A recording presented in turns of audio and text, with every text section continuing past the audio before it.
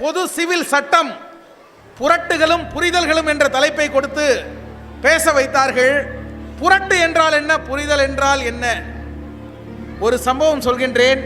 சாணக்கியத்தனமாக 850 கோடியிலே கட்டடத்தை திறந்தீர்களே, அந்த கட்டடத்திற்குள்ளே ராகுல் காந்தி நுழைய கூடாது என்று நினைத்தீர்கள். ராகுல் காந்தி நாடாளுமன்றத்துக்குள் நுழைந்து விட்டார். யார் வரக்கூடாது என்று சதித்திட்டம் போட்டாரோ மோடியால் வர முடியவில்லை. இங்கே ஒரு மோதல் ஏற்பட வேண்டும். மோதல் ஏற்பட்டால் மோதிக்கு லாபம். நல்ல பேர் வச்சிருக்கான் மோதி.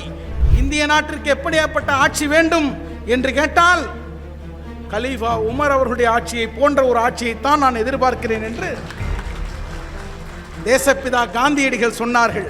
ஏன் சொன்னார்கள்? கலைஞர் அவர்கள் இந்த பள்ளியிலே சேர்க்க இடம் மறுக்கப்பட்ட போது கமலாலயத்தில் குதித்து தற்கொலை செய்து கொள்வேன் என்று மிரட்டித்தான் பள்ளிக்கூடத்திலே இடம் பெற்றாராம். கமலாலயம் என்றால் என்னன்னு புரியுதா? இந்த குளம் மட்டும் இல்ல, ஒரு கட்சி அலுவலகத்தோடு பேரு. கமலாலயத்தில் குதிப்பது உயிருக்கே ஆபத்து என்பதை தன் பச்சிலம் வயதிலேயே கண்டுபிடித்த பகுத்தறிவு விஞ்ஞானி நம்முடைய கலைஞர். எல்லாம் ஒரே ஒரே என்கிறார்களே, அனைவரும் ஒரே ஜாதி என்று சொல்ல தயாரா? இந்த நாட்டிலே அனைவருக்கும் ஒரே இடுகாடு இருக்கின்றதா? அனைவருக்கும் ஒரே மாதிரி கல்வி தரப்படுகின்றதா? இந்தியாவிலே டீசல் விலை ஏறுகின்றது, பெட்ரோல் விலை ஏறுகின்றது, சமையல் எரிவாயுனுடைய விலை ஏறுகின்றது. அது முஸ்லிம்களுக்கு மட்டும்தான் அந்த விலையேற்றமா? பெரும்பான்மையான இந்துக்கள் இல்லையா? கேள்வி கேட்டால் இந்தியாமே தேஷ் ஹே அப்படிமா நம்முடைய ராணுவ வீரர்கள் எல்லையில் இப்ப என்ன?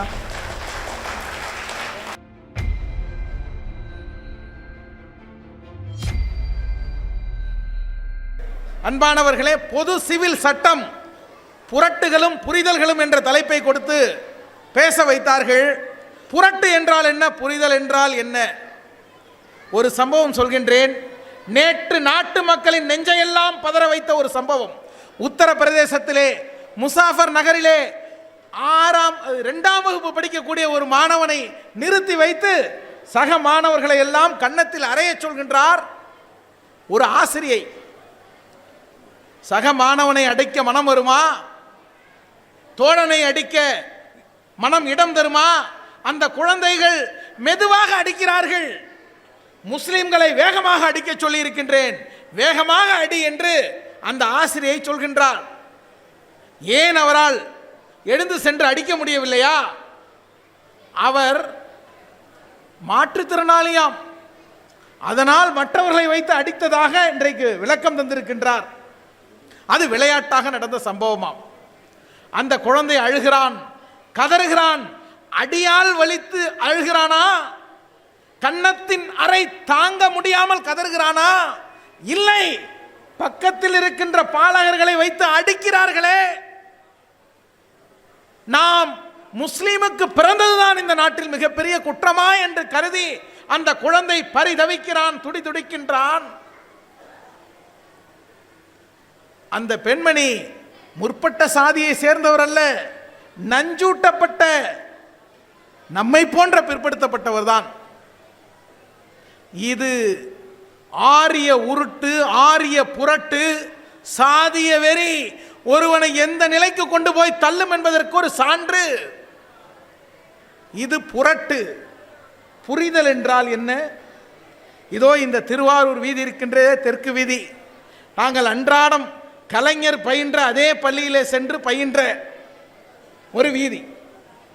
இந்த தெற்கு வீதியிலே காவல் நிலையம் தொடங்கி கமலாலயம் வரை கையை விட்டுக்கொண்டு சைக்கிள் ஓட்டுவதற்கு போட்டியெல்லாம் நடக்கும். பலமுறை அந்த போட்டியிலே வென்றிருக்கின்றோம். கமலாலயம் அருகில் போகும்போது நாங்கள் கையை பிடித்துக் கொள்வோம். ஏனென்றால் கமலாலயம் போவதே ஆபத்து என்று நாங்கள் அந்த வயதிலேயே புரிந்து வைத்திருக்கின்றோம். கலைஞர் அவர்கள் இந்த பள்ளியிலே சேர்க்க இடம் மறுக்கப்பட்ட போது கமலாலயத்தில் குதித்து தற்கொலை செய்து கொள்வேன் என்று மிரட்டித்தான் பள்ளிக்கூடத்திலே இடம் பெற்றாராம். கமலாலயம் என்றால் என்னன்னு புரியுதா? இந்த குளம் மட்டும் இல்ல, ஒரு கட்சி அலுவலகத்தோடு பேரு. கமலாலயத்தில் குதிப்பது உயிருக்கே ஆபத்து என்பதை தன் பச்சிலம் வயதிலேயே கண்டுபிடித்த பகுத்தறிவு விஞ்ஞானி நம்முடைய கலைஞர்.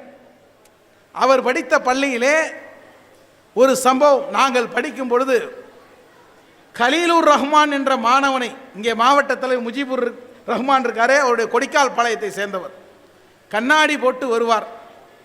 மாணவர்கள் சிரித்ததுனாலே நம்ம இயக்கத்தின் முன்னாள் மாவட்ட தலைவரும் கூட, ஒரு ஆசிரியர் அறைந்து விட்டார், அவர் முஸ்லீம் அல்ல.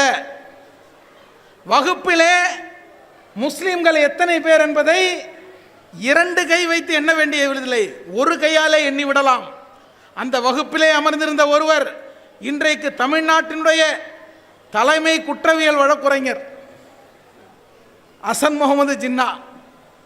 இன்னொருவர் தமிழ்நாட்டின் மிகப்பெரிய திருமண மண்டபத்தை கட்ட இருக்கின்ற நம்முடைய அன்பு தோழர் மருத்துவர் அகோர சிவன், சிவபாலன். இவர்களெல்லாம் வகுப்பு தோழராக பயின்று கொள்ளும்போது ஒரு ஆசிரியர் அடித்ததில் கண்ணாடி கீழே விழுந்து விட்டது. அதற்காக வேலை நிறுத்தம் நடந்தது. அடிபட்டவன் ஒரு முஸ்லீம் தானே, அடி வாங்கிவிட்டு போகட்டும் என்று தொப்புள் கொடி உறவுகள் விட்டுவிடவில்லை. 3 நாள் அந்த வேலை நிறுத்தம் நடந்தது. 3 படங்களை மாணவர்கள் பார்த்தார்கள். அதில் ஒன்று புதிய முகம். செங்கம் தியேட்டரிலே போய் பார்த்தார்கள். அப்படியெல்லாம் வேலை நிறுத்தம் செய்துவிட்டு படத்துக்கு போங்கள் என்று சொல்லவில்லை. இந்தியாவுக்கு ஒரு புதிய முகம் கொடுக்க நினைக்கிறார்களே, புதிய முகம் வந்த நேரத்திலே இந்தியாவின் பழைய முகத்தை பாதுகாத்தவர்கள் இந்த மாணவர்கள். தாக்கியவர் பெரும்பான்மை சமுதாயத்தை சேர்ந்தவர், தாக்கப்பட்டவர் ஒரு 3 பேர் கூட அந்த சமுதாயத்தை சேர்ந்தவர்கள் அங்கே படிக்கவில்லை.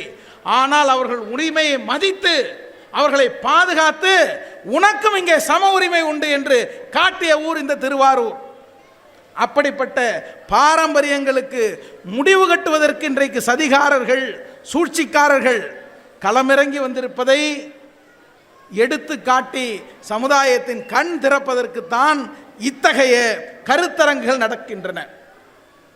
பொது சிவில் சட்டம் என்று சொல்லவர்கள் என்ன சொல்கிறார்கள்?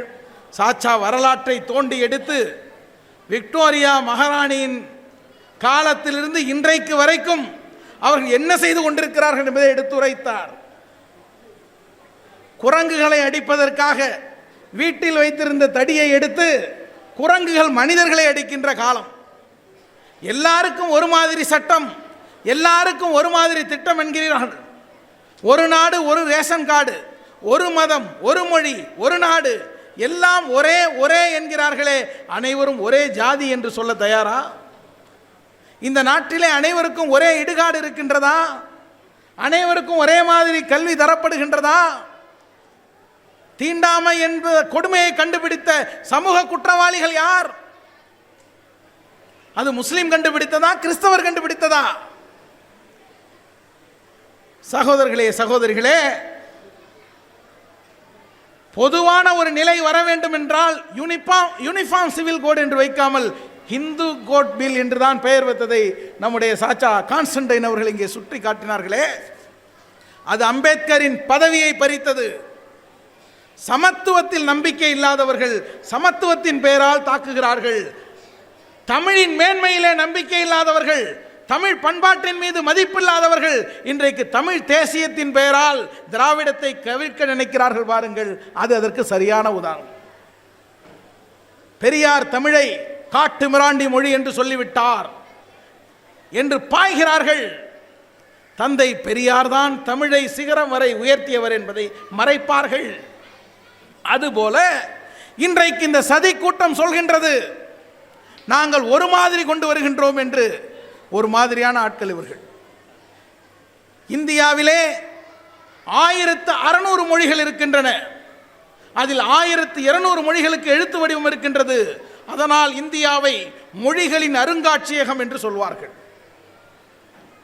இத்தனை மொழிகள் பேசப்படக்கூடிய ஒரு நாட்டில், இத்தனை பண்பாடுகள் நிறைந்திருக்கின்ற நாட்டிலே ஒரு மாதிரி சட்டத்தை எப்படி கொண்டு வருவாய்? நம்முடைய அருமை தலைவர் பேராசிரியர் ஜவாஹிர்லால் அவர்கள் பொது சிவில் சட்டம் வரும்பொழுதெல்லாம், இந்த விவாதம் எழும் பொழுதெல்லாம் ஒரு கேள்வியை கேட்பார்கள். 3 முக்கியமான கொள்கைகளை சங்கிகள் முன்வைத்தார்கள்.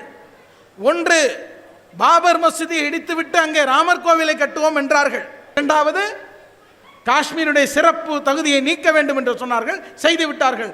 மூன்றாவது, பொது சிவில் சட்டம் என்பதை எடுக்கிறீர்களே, அதனுடைய வடிவம் என்ன? இதை இவ்வளவு காலம் சொல்கின்றீர்களே, அதற்கு ஒரு மாதிரி என்னவென்று காட்டுங்கள். பல தொலைக்காட்சி வாதங்களே கேட்டிருக்கிறார். இது வரைக்கும் நாங்கள் கொண்டு வரப்போகின்ற பொது சிவில் சட்டம் இப்படித்தான் இருக்கும், இப்படித்தான் அதை நடைமுறைப்படுத்துவோம் என்று அவர்களால் சொல்ல முடிந்ததில்லை. வெள்ளை யானையை ஏவி உன்னை மிதித்து கொன்று விடுவேன் என்று மிரட்டுகிறார்கள். வெள்ளை யானையை எங்கடா கட்டி வச்சிருக்கீங்க, காட்டுங்கன்னா காட்ட மாட்டான். ஏதாவது பேசின வெள்ளை யானையை அவுத்து விட்டுருவேன், வெள்ளை யானையை வச்சு மிதிச்சிருவேங்கிறானே. வெள்ளை யானையை நீ எங்கே கட்டி வைத்திருக்கின்றாய், அதை கண்ணில் காட்டு என்று கேட்டால் காட்ட மாட்டான். அப்போது ஏன் இதை பேசுகிறார் என்று சொன்னால், ஒரு பாசிச அரசினுடைய முதல் குணம் தன்னுடைய குடிமக்களை எப்போதும் பதற்றத்தில் வைத்திருக்க வேண்டும். தன்னுடைய குடிமக்கள் ஆட்சியின் குறைகளை பற்றி சிந்தித்து விடக்கூடாது, கேள்வி கேட்டுவிடக்கூடாது. கச்சா எண்ணெய் விலை குறைந்து கொண்டு போனது, ஒரு கட்டத்தில் மைனஸ்ல போன போது இந்தியாவிலே டீசல் விலை ஏறுகின்றது, பெட்ரோல் விலை ஏறுகின்றது, சமையல் எரிவாயுனுடைய விலை ஏறுகின்றது. அது முஸ்லிம்களுக்கு மட்டும்தான் அந்த விலையேற்றமா? கிறிஸ்தவர்களுக்கு மட்டும்தான் அந்த விலையேற்றமா? பாதிக்கப்பட்டவர்கள் பெரும்பான்மையான இந்துக்கள் இல்லையா? கேள்வி கேட்டால் நம்முடைய ராணுவ வீரர்கள் எல்லையிலே அப்படின்னு ஆரம்பம், இந்தியாமே தேஷ் ஹே அப்படிமா. நம்முடைய ராணுவ வீரர்கள் எல்லையிலே, இப்ப என்ன நம்முடைய ராணுவ வீரர்கள் எல்லையிலே இவ்வளவு துயரங்களை பொறுக்கும் பொழுது நீங்கள் இந்த விலையேற்றத்தை சகித்துக் கொள்ளக்கூடாதா அப்படிமா. ராணுவ வீரர்கள் எல்லையில போராடுகிறார்கள். முத்தமிழறிஞர் கலைஞர் எழுதவில்லையா, கொடி நாளுக்கு நிதி மிகுந்தவர் காசுகள் தாரி, நிதி குறைந்தவர் காசுகள் தாரி, எப்படிலாம் எழுதலையா? கொடி நாளுக்கு எழுதியிருக்கிறார். நீ கொடியவனே ஏண்டா விலையை உயர்த்தினேன்னு கேட்டா, நம்முடைய ராணுவ வீரர்கள் என்றே இந்த நாட்டின் ராணுவத்திற்கு தன்னுடைய மகனை தந்த அஹ்லாக் என்பவர் இந்திய நாட்டின் விமானப்படைக்கு தன்னுடைய மகனை தந்தவர். மாட்டுக்கரியை வீட்டில் வைத்திருக்கிறார் என்று சொல்லி அடித்து கொன்றீர்களே, இதுதான் ராணுவத்தை மதிக்கின்ற லட்சணமா? அண்மையிலே மணிப்பூரிலே 2 கிறிஸ்தவ சகோதரிகளை நிர்வாணப்படுத்தி ஊர்வலம் விட்டார்கள். அந்த முதலமைச்சர்கிட்ட போய் சொன்னா, இது என்ன சார் பிரமாணம், இதை விட இன்னும் ஸ்பெஷலான கேஸெல்லாம் இருக்குங்கிறான், இன்னும் ஸ்பெஷல் ஐட்டம்லாம் இருக்குங்கிறான். எவ்வளவு பெரிய படுபாவிகள், ஆயிரக்கணக்கான சம்பவங்கள் நடந்திருக்கின்றன, இது என்ன பெரிய விஷயம் என்று சொல்கின்றான். அந்த பெண்ணின் கணவன் இந்த நாட்டின் ராணுவத்திலே நின்று நெஞ்சை திறந்து காட்டி மண்ணை காத்தவன். மண்ணை காத்தவனுக்கு தன்னை நம்பி வந்த பெண்ணை காக்க முடியவில்லையே, இந்த நாட்டின் மானம் காத்தவனுக்கு தன் மனைவியின் மானத்தை காக்க முடியவில்லையே என்று துடித்து போகிறான். இதுதான் ஜெய் ஜவான் ஜெய் கிசானா? ஜெய் ஜவான் ராணுவம் வாழ்க, ஜெய் கிசான் விவசாயிகள் வாழ்க. 3 வேளாண் சட்டங்களை கொண்டு வந்தீரே. உருளுகிறார்கள், புரளுகிறார்கள், எலிக்கரியை தின்கிறார்கள், மண்டை ஓட்டை மாட்டுகிறார்கள். எவ்வளவோ தந்திரங்களை செய்து பார்த்து டெல்லியினுடைய ராஜபாட்டையிலே நம்முடைய தமிழக விவசாயிகள் புரண்டாலும் உருண்டாலும் அழுதாலும் எழுந்தாலும் பார்ப்பதற்கு நேரமில்லை. நடிகையாய் அவர்கள் பிறந்திருந்தால் அந்த பெரிய மனிதர் பார்த்திருப்பார். எந்த பெரிய மனிதர்? எந்த பெரிய மனிதர்? நம்முடைய கான்ஸ்டன்டின் சாச்சா சொன்னாரே, இந்த சட்டம் வந்தா முதல்ல ஒன்னதாண்டா பிடிச்சி உள்ள போடுவாங்கன்னு சொன்னாரே, அந்த பெரிய மனிதர். அந்த பெரிய மனிதர் விமானம் வாங்க போறார். யாரை கூட்டிட்டு போறாரு? விமானம் வாங்க யாரை கூட்டிட்டு போகணும்? ஏவியேஷன் மினிஸ்டரை கூட்டிட்டு போகணும், விமான போக்குவரத்து அமைச்சரை கூட்டிக் கொண்டு போக வேண்டும், பொறியாளர்களை கூட்டிக் கொண்டு போக வேண்டும், ராணுவ தளபதிகளை கூட்டிக் கொண்டு போக வேண்டும். அவர் யாரை கூட்டிட்டு போறார் தெரியுமா? பிரியங்கா சோப்ராவை கூட்டிட்டு போறார். பறக்கிறது விமானமா இல்ல மானமா? பிரியங்கா சோப்ரா என்ன விமான விஞ்ஞானியா? நம்முடைய தலைவர் பல கூட்டங்களில் மேற்கோள் காட்டக்கூடிய திருமறை வசனம், வலா தஹினு வலா தஹசன் வஅன்துமுல் அக்லவுன இன் குன்தும் முஃமினீன், நீங்கள் கலங்காதீர்கள், துக்கப்படாதீர்கள், உண்மையான இறை நம்பிக்கையாளர்கள் நீங்கள் என்றால் இறுதி வெற்றி உங்களுக்கு. இந்த நம்பிக்கையை உங்களுக்கு தருகின்றேன். இந்த பொது சிவில் சட்டத்தை நாடாளுமன்ற மழைக்கால கூட்டத்தொடரிலே கொண்டு வந்து விடுவோம். எத்தனை பேர் எதிர்த்தாலும் அதை நிறைவேற்றியே தீர்வோம் என்று சொன்னார்கள். யார் வலிமையாக எதிர்ப்பா? ராகுல் காந்தி எதிர்ப்பார். ஓ, ராகுல் காந்தி எதிர்ப்பாரா? குஜராத் நீதிமன்றத்திலே கொண்டு போய் வைத்து அந்த ஜாதி பேரா மோடிங்கிறது அதை சொல்லிவிட்டார் என்று சொல்லி நேற்று சகோதரி ஜோதிமணி சொன்னார்கள். அந்த நீதிமன்றத்துக்கு நாங்களும் போனோம்.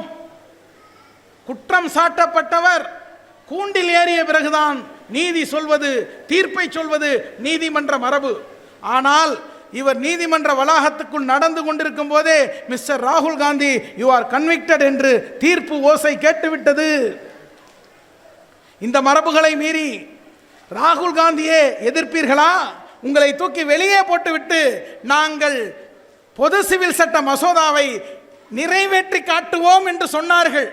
நான் மீண்டும் சொல்கின்றேன், தலைவர் அடிக்கடி சொல்லக்கூடிய அந்த திருமறை வசனத்தோடு இன்னொரு திருமறை வசனத்தை சொல்கின்றேன். மக்ரு மக்ருல்லாஹ வல்லாஹு ஹைருல் மாக்கிரீன். அவர்கள் சதி செய்கிறார்கள், அல்லாஹும் சதி செய்கின்றான். சதி செய்பவர்களில் இறைவனே மிகைத்தவன். அவர்கள் செய்த சதி மழைக்கால கூட்டத்தொடரிலே புதிய பாராளுமன்ற கட்டடத்திலே பொது சிவில் சட்டம் என்ற மசோதா முதலில் நிறைவேற்றப்படும். அது நிறைவேற்றப்படும் போது இந்த நாட்டின் நம்பிக்கை நட்சத்திரமாக இமயம் முதல் குமரி வரை நடந்து வந்திருக்கின்ற குமரி முனையிலே பயணத்தை தொடங்கும் போது நம்முடைய தலைவரோடு நடையை தொடங்கிய ராகுல் காந்தி எம்பி பதவியிலே இருக்க மாட்டார் என்று நினைத்தார்கள். ஆனால் மழைக்கால கூட்டத்தொடர் புதிய நாடாளுமன்ற கட்டடத்தில் நடக்கவில்லையே, அது பழைய கட்டடத்தில் தானே நடந்தது. ஏனென்றால் புதிய நாடாளுமன்ற கட்டடத்துக்கு வாஸ்து சரியில்லை என்பதை இந்த விஞ்ஞானிகள் கண்டுபிடித்து விட்டார்கள். எப்படா கண்டுபிடிச்சேன்னா, நாடாளுமன்றம் கட்டின உடனே ஒரே தண்டவாளத்தில் 2 ரயில் மோதி பல்லாயிரக்கணக்கான பேர் செத்து போயிட்டான். ஒரு ரயில் அரியலூர்ல மோதிய போது லால் பகதூர் சாஸ்திரி தன் பதவியை ராஜினாமா செய்து விட்டார். அப்போது திமுகவில் கூட அரியலூர் அழகேசா, மக்கள் ஆண்டது, நீ ஆண்டது போதாதா, மக்கள் மாண்டது போதாதான்னு கேட்டாங்க, ஞாபகம் இருக்கும். அரியலூர் ரயில் விபத்துக்காக லால் பகதூர் சாஸ்திரி ராஜினாமா செய்தார். ஏனென்றால் அவர் மானஸ்தன் என்பதனால் ராஜினாமா செய்தார். அதுக்கு மேல நீங்க எதுவும் கேட்க மாட்டீங்கன்னு நான் நினைக்கிறேன். இந்த மானஸ்தர் பெறுகிறார். 56 இன்ச்சு அகலம் லால் பகதூர் சாஸ்திரிக்கு இல்லை. இந்த ரயில் விபத்து நடந்தது. அடுத்து பல்வேறு சம்பவங்கள் நடக்கின்றது. நீதிமன்றத்தில் ராகுல் காந்தி மீது ஏனடா நீ அதிகபட்ச தண்டனை விதித்தார்? குஜராத் நீதிமன்றத்திலிருந்து வரக்கூடிய தீர்ப்புகள் எல்லாமே வினோதமாக இருக்கிறதே என்று உச்ச நீதிமன்றம் கண்டிக்கின்றது. ராகுல் காந்தி வெற்றி வீரராக உள்ளே நுழைகின்றார். இந்திய நாட்டிற்கு எப்படியாப்பட்ட ஆட்சி வேண்டும் என்று கேட்டால் கலீஃபா உமர் அவர்களுடைய ஆட்சியை போன்ற ஒரு ஆட்சியைத்தான் நான் எதிர்பார்க்கிறேன் என்று தேசப்பிதா காந்தியடிகள் சொன்னார்கள். ஏன் சொன்னார்கள்? ஈராக் மலைப்பகுதியிலே ஓர் ஆடு சரிவிலிருந்து விழுந்து காலை உடைத்து கொண்டால் கூட ஆட்சியாளனாகிய நான் அதற்கு பொறுப்பேற்பேன் என்று சொன்னார்கள். இன்றைக்கு ஏதாவது அக்கௌண்டபிலிட்டி இந்த நாட்டில் இருக்கிறதா? நேற்று சட்டப்பேரவை தலைவர் ஒரு வரலாற்றில் ஒரு கேள்வியை கேட்டார். பிஎம் கேர்னு வச்சிருக்கீங்களே, அதற்கு வந்த வருமானத்தை பற்றி, அதற்கு நன்கொடை தந்தவர்களை பற்றி ஏதாவது தகவல் இருக்கின்றதா? மேக் இன் இந்தியா என்று சொல்கிறீர்கள். சபாநாயகர்களை அழைத்து தேசிய கொடியை பிரித்து கொண்டு போகக்கூடிய ஒரு நிலையில் அவர் படித்து பார்க்குறானா, மேட் இன் சைனான்னு எழுதியிருக்கான் தேசிய கொடியில். அட பாவிகளா, தேசிய கொடியை தயாரிக்க கூட லாயக்கில்லாத நாடாக இது மாறிவிட்டதா? பேசுவது மேக் இன் இந்தியா, வாங்குவது மேட் இன் சைனா. என்ன கொடுமை! ஆகவே விழித்துக் கொள்ள வேண்டும். இந்த நாட்டிலே முஸ்லிம்களுக்கு மட்டும் தனி சட்டமா என்று கேட்டால் மக்கள் கொந்தளிப்பார்கள்.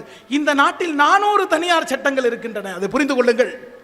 இந்த நாட்டிலே 400 தனியார் சட்டங்கள் இருக்கின்றன. சிவில் சட்டங்கள் என்று சொன்னால் வாடகை, வணிகம் போன்ற இவற்றிலெல்லாம் எல்லாருக்கும் பொது சட்டம் தான். கடன் கொடுக்கல் வாங்கல் இதுவெல்லாம் எல்லாருக்கும் பொது சட்டம். ஏன்? வணிகத்திலே 2 மதத்தை சேர்ந்தவர்கள் ஈடுபடுவார்கள், ஒரு மத சட்டத்தை நிலைநாட்ட முடியாது. வாடகை வீட்டிலே வாடகைக்கு விடுபவர் ஒரு மதமாக இருக்கலாம், வாடகைக்கு வருபவர் வேறு மதமாக இருக்கலாம். ஒரு மத சட்டத்தை எங்கே செயல்படுத்த முடியாது. வேற எதில்தான் தனி சட்டங்கள் வைத்திருக்கிறார்கள்? திருமணம், மனவிலக்கு, வாரிசுரிமை, பாகப்பிரிவினை, வக்ஃப் சொத்து நிர்வாகம், இதுவெல்லாம் முஸ்லிம்களுக்குள்ளேயே நடந்து கொள்ளக்கூடிய நடைமுறைகள். இந்த நடைமுறைகளை நீங்கள் செயல்படுத்த முடியாது, அதை நாங்கள் தடுப்போம் என்று சொல்லி வந்து நிற்கும் பொழுது முஸ்லிம்கள் பதற்றத்துக்குள்ளாவார்கள். ஒரு நாட்டில் சிறுபான்மை மக்களை பதற்றத்துக்குள்ளாகின்ற அரசு மனநிலை சரியில்லாத அரசு என்று அண்ணல் அம்பேத்கர் அவர்கள் சொன்னார்கள். இன்றைக்கு இருக்கின்ற அரசுக்கு சரியான சான்றிதழை அன்றைக்கே வழங்கினார்கள். 44வது பிரிவிலே பொது சிவில் சட்டத்தை கொண்டு வர வேண்டும் என்று இருக்கிறதே, 45வது பிரிவு என்ன சொல்கின்றது? இந்த நாடு முழுமைக்கும் 10 ஆண்டுகளுக்குள்ளே அனைவருக்கும் கட்டாய இலவச தரமான கல்வி தரப்பட வேண்டும் என்று சொல்கின்றதே, கொண்டு வந்தீர்களா? அனைவருக்கும் கல்வியை தர முடிந்ததா? 47வது பிரிவு போதையூட்டும் பொருட்களை விற்க தடை விதிக்க வேண்டும் என்று சொல்லி இருக்கின்றதே, நாடு முழுவதும் பாரதிய ஜனதா கட்சி அதற்கான போராட்டங்களை நடத்திருக்கின்றதா? குறைந்தபட்சம் அவர்கள் ஆளக்கூடிய மாநிலங்களிலே வழிகாட்டு நெறிமுறையில் இருக்கின்ற காரணத்தினால் நாங்கள் போதைப் பொருட்களை தடை செய்கின்றோம் என்று சொல்ல முடிந்திருக்கின்றதா?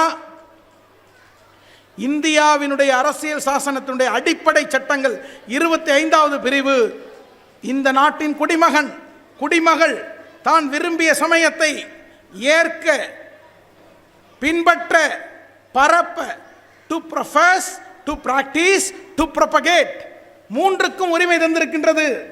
அடிப்படை உரிமையோடு வழிகாட்டு நெறிமுறை மோதவே முடியாது என்பதை இந்த மோதிகள் புரிந்து கொள்ளவில்லை. அல்லது புரிந்து கொண்டாலும் இங்கே ஒரு மோதல் ஏற்பட வேண்டும். மோதல் ஏற்பட்டால் மோதிக்கு லாபம். நல்ல பேர் வச்சிருக்கான், மோதி.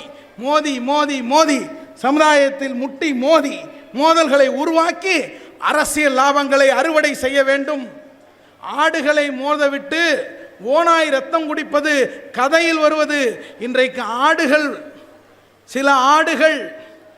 சில ஆடுகள் நம்மை மோத விடலாம் என்று சதித்திட்டம் போட்டுக்கொண்டு பேருந்தில் ஏறி நடைப்பயணம் நடந்து கொண்டிருக்கின்ற காலம் இது. சாவர்கரின் பிள்ளைகள் நம்மை சாத்தானின் பிள்ளைகள் என்று சொல்லக்கூடிய காலம் இது. நாம் எச்சரிக்கையாக இருக்க வேண்டும். 2002ஆம் ஆண்டு எத்தகைய கொடுமைகளை செய்திருப்பார்கள் தெரியுமா? சாலிகா என்ற பேர் தெரியுமா? நீங்க சாலிகான்னு பேர் வைப்போம். சாலிகானவர்களுக்கு வைக்கின்ற பேர் சாலிகா. 3 வயது குழந்தை. அது தன் தாயினுடைய மார்பை கட்டி கொள்கின்றது. அந்த தாய் அந்த பிள்ளையை கட்டி அணைத்து கொண்டு கதறுகின்றாள். அந்த தாயின் பெயர் பில்கிஸ் பானு. 3 மாத கர்ப்பிணி. கூட்டு பாலியல் வன்முறை செய்து தாயை கட்டி கொண்டிருந்த அந்த குழந்தையை காலை பிடித்து தலையிலே அடித்து துடிக்க துடிக்க கொலை செய்தார்களே, அவர்களை 75வது சுதந்திர நாளிலே சுதந்திரமாக விடுதலை செய்தவர்கள் இன்றைக்கு பொது சிவில் சட்டம் என்ற போர்வையிலே சமூக பதற்றத்தை உருவாக்க நினைக்கிறார்கள். பொது சிவில் சட்டத்தை இவர்களால் கொண்டு வர முடியாது. மாறாக சமூகத்தை பதற்றத்திற்குள்ளாக்கி அமைதியின்மையை ஏற்படுத்தி மத கலவரங்களை உருவாக்கி அதன் மூலம் 80-20, 80 என்றால் பெரும்பான்மை, 20 என்றால் சிறுபான்மை, சிறுபான்மையை எதிர்த்தால் பெரும்பான்மையின் மூலம் நாங்கள் ஆட்சியை, ஆதாயத்தை, பதவியை அறுவடை செய்வோம் என்று நினைக்கிறார்கள்.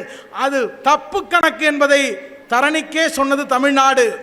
இங்கே கணக்கு 80-20 இல்லடா, 93-97-3. இங்கே கணக்கு 20-80 மோதாது, 97-3 மோதும். எச்சரிக்கை. 97 என்ன 3 என்னன்னு நான் சொல்ல மாட்டேன். நீங்கள் பதற்றத்துக்குள்ளாக்கி முஸ்லிம் இளைஞர்களை வன்முறை பாதையிலே திருப்பிவிட்டு தாங்கள் நினைப்பதை நடத்திவிடலாம் என்று நினைத்தால் வழிகாட்டுவதற்கு நிதானமாக யோசிக்கின்ற தலைமை இருக்கின்றது.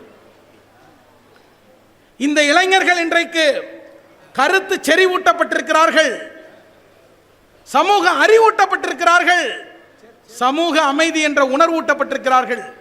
இந்த அறிவு, தெளிவு, உணர்வை தந்து 29 ஆண்டு காலம் தமிழ்நாட்டு இளைஞர்களை இளைஞர்களை வழிநடத்தக்கூடிய தமிழ்நாடு முஸ்லிம் முன்னேற்ற கழகம் இளைஞர்களை உணர்ச்சி வசப்பட கற்றுத்தரவில்லை, உணர்ச்சியை நம் வசப்பட கற்றுத்தந்திருக்கின்றது. அதனால்தான் இங்கே ஆடுகள் பல அனாதையாக அலைந்து கொண்டிருக்கின்றன. ஆடுகளே ஆடாதீர்கள், அடங்கி விடுவீர்கள். ஒரு கவிதையை சொல்லி முடிக்கின்றேன். பிரியாணி தேக்ஸா அருகே கம்பீரமாக வாளை ஆட்டிக்கொண்டு, பிரியாணி தேக்ஸா அருகே கம்பீரமாக வாளை ஆட்டிக்கொண்டு ஆணவத்தோடு நடைபயில்கின்ற ஆடே, உனக்கு தெரியுமா அதுபோல் நடந்த ஒரு ஆடுதான் உள்ளே கொதித்து கொண்டிருக்கின்றது என்று என்ற செய்தியை சொல்லி அதிக நேரம் எடுத்துக்கொள்ள வேண்டியதில்லை. இது தெளிவு பெற்ற கூட்டம், வலிவு பெற்ற கூட்டம், சமூக நீதியை பாதுகாக்கின்ற கூட்டம், சமாதானத்தை 8 திசைக்கும் எடுத்து இயம்பக்கூடிய இயக்கம். தமிழ்நாட்டில் நடந்து கொண்டிருக்கின்ற ஆட்சியை நிலைகுலைய செய்ய வேண்டும். தமிழ்நாட்டில் இருக்கக்கூடிய சமூக நீதியை அச்சுறுத்த வேண்டும். தமிழ்நாட்டில் இருக்கக்கூடிய நிலைமையை கலேபரமாக ஆக்க வேண்டும் என்கின்ற சூழ்ச்சியோடு, சதித்திட்டத்தோடு, மக்களின் உணர்வுகளோடு ஒன்றிய ஓநாய்கள் சில இங்கே ஊளையிட வந்திருக்கின்றன. ஓநாய்களிடம் பலியாவதற்கு நாங்கள் பலியாடுகள் அல்ல, ஓநாய்களை ஓட ஓட திரட்டுகின்ற சமூக நீதி உணர்வு கொண்ட சிங்கங்கள் என்பதை தெரிவித்து விடைபெறுகின்றேன். நன்றி.